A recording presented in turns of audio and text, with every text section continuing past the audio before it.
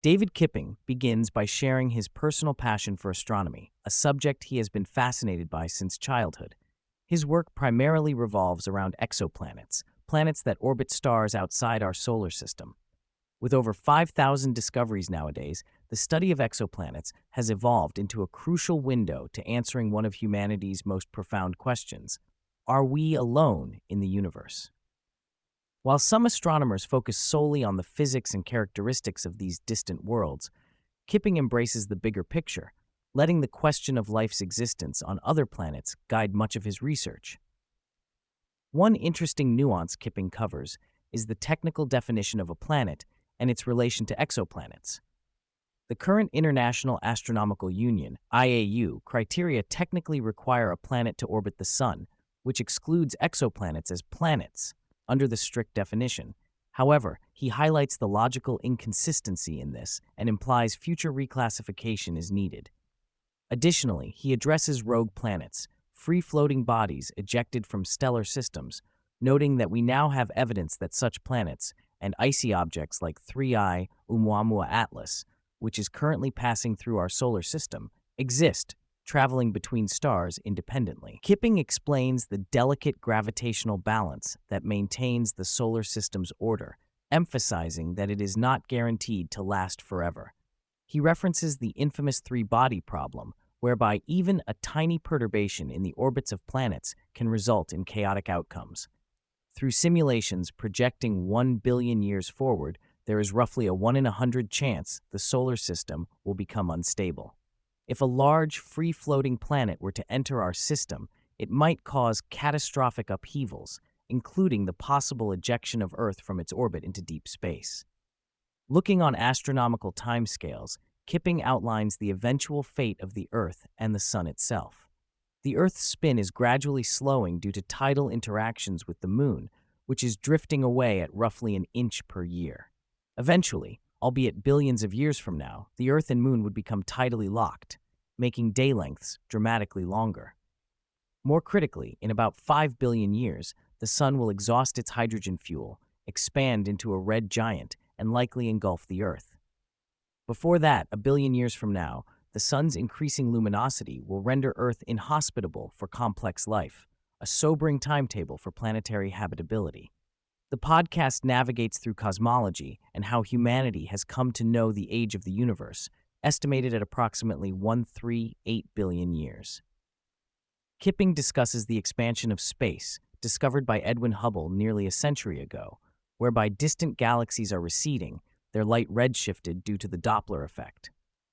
Plotting the velocity of galaxy recession against their distance yields Hubble's law, a straight-line relationship that underpins our understanding of an expanding universe with no apparent center. This expansion enables scientists to rewind time and estimate when all matter was once compressed into an initial state, a concept popularly described as the Big Bang. Yet Kipping stresses the limits of science when it comes to the very beginning, time zero. The singularity, where density approaches infinity, defies current physical laws, and he acknowledges the boundary between empirical science and metaphysics at this frontier. Speculative ideas such as bouncing universes or multiverses exist but remain untestable. The fundamental question, why is there something rather than nothing, remains one of the deepest mysteries, going beyond even the formulation of a theory of everything. Kipping delves into the enigma of abiogenesis, the spontaneous emergence of life from non-life, a process that remains poorly understood despite extensive laboratory experiments. The rapid appearance of life on Earth shortly after the planet cooled and oceans formed is remarkable. While organic molecules such as amino acids can be synthesized under experimental conditions, more complex components like proteins and membranes have not been created abiotically in the lab, presenting a persistent scientific challenge. Reflecting on life's universality, Kipping notes that all life on Earth shares a common origin, raising the possibility that if life arose elsewhere independently, it would struggle to compete with existing ecosystems. Life is exquisitely adapted to its environment, e.g., terrestrial organisms' ability to survive comfortably in Earth's climate, a product of billions of years of evolution. This leads to NASA's long-standing follow the water policy, as liquid water is critical for life as we know it. While water is abundant in the cosmos, finding it in liquid form on exoplanets remains a challenge, with potential habitats including ocean worlds hidden beneath thick ice crusts, like Jupiter's moon Europa and Saturn's Enceladus. Kipping describes the current methods and limitations in the search for Earth-like worlds and potential biosignatures. The direct imaging of Earth-sized planets around distant stars remains beyond present technology due to the overwhelming brightness of host stars compared to their small planets. However, indirect detection via transits, observing diminutions in starlight as planets pass in front of their stars, has yielded hundreds of Earth-sized candidates, often around smaller and cooler red dwarf stars.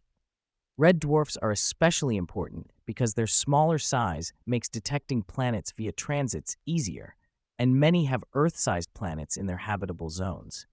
Yet these stars and their planets also present unique challenges. Red dwarfs vary in activity and emit high radiation, which could threaten the development or sustainability of life. Determining whether atmospheric oxygen or methane constitutes definitive biosignatures is fraught with complexity, as these molecules can arise abiotically under certain conditions. The field continues to grapple with distinguishing genuine indications of life from false positives. The discussion touches on two recently detected interstellar objects, including Oumuamua and 3I Atlas. Their unusual speeds and trajectories challenge our understanding. Oumuamua, for example, displayed curious acceleration that intensified speculation, including hypotheses of alien origin. Kipping emphasizes cautious scientific skepticism, pointing out that cometary outgassing, even if from unconventional molecules not initially detected, remains the simplest explanation so far. His stance is to exhaust natural explanations before entertaining extraordinary claims, advising against premature labeling of unknown phenomena as alien spacecraft. He draws parallels between this scientific prudence and the study of UFOs and UAPs, highlighting how many phenomena, such as sprite lightning in Earth's atmosphere, have been repeatedly mistaken or misunderstood before being properly documented. Skepticism balanced with open-mindedness is vital in confronting unexplained aerial phenomena, and rigorous investigation must precede any claims of extraterrestrial technology. Kipping reflects on one of astronomy's most perplexing puzzles. If life is common, why have we not encountered evidence of advanced extraterrestrial civilizations? Discovering microbial life, even within our own solar system, for example on Mars or Europa, would greatly increase the likelihood that life is widespread in the galaxy. Yet, despite vast numbers of stars and potentially habitable planets, we see no signs of interstellar communication, colonization, or megastructures. This paradox leads to the Great Filter Theory, which posits that some step in the progression from abiogenesis to technological civilization is exceedingly rare or difficult. This bottleneck could lie in the past, implying humanity is exceptional, or in the future, hinting at existential risks such as nuclear war, climate catastrophe, or self-inflicted technological destruction. Kipping points to the accelerated pace of human technological development and societal polarization as potential factors increasing vulnerability, underscoring the urgent need for collective responsibility. The conversation explores the prospects and challenges of human colonization of other celestial bodies, focusing on Mars and the Moon.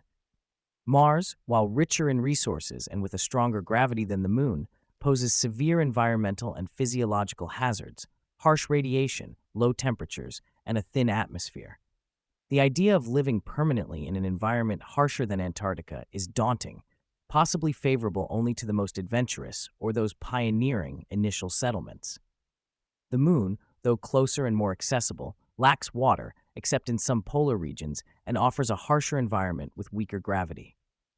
Kipping touches on the physiological effects of microgravity observed in astronauts and the need for artificial gravity solutions, such as rotating habitats.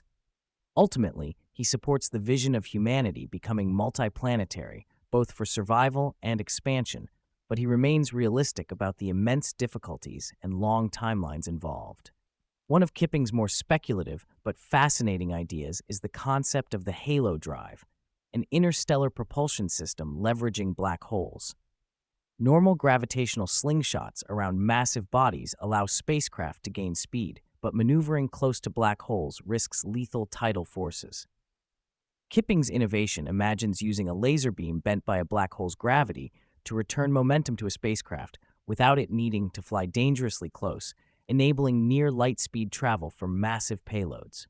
The halo drive concept, while currently theoretical and requiring the presence of black holes along a travel route, envisions black holes as natural highways through the galaxy. Their immense mass allows acceleration of even planet-sized vessels. While provocative and futuristic, this idea expands the realm of possible interstellar travel methods and opens new avenues for imagining humanity's cosmic future. The podcast transitions to the idea of ancient civilizations, querying whether technologically advanced societies existed on Earth long before recorded history, possibly now erased by geological time. Kipping notes how geological epochs are being reconsidered to include human impact, the Anthropocene, marked by plastics and radioactive elements visibly altering Earth's strata. He acknowledges that while no evidence currently supports highly advanced prehistoric civilizations predating known history, the possibility of thorough archaeological exploration remains. The preservation of human artifacts on the Moon as immutable records contrasts with Earth's erosive forces. Allegations of gatekeepers obstructing research in places like Egypt are mentioned with cautious intrigue, but no definitive endorsement, emphasizing the necessity of critical thinking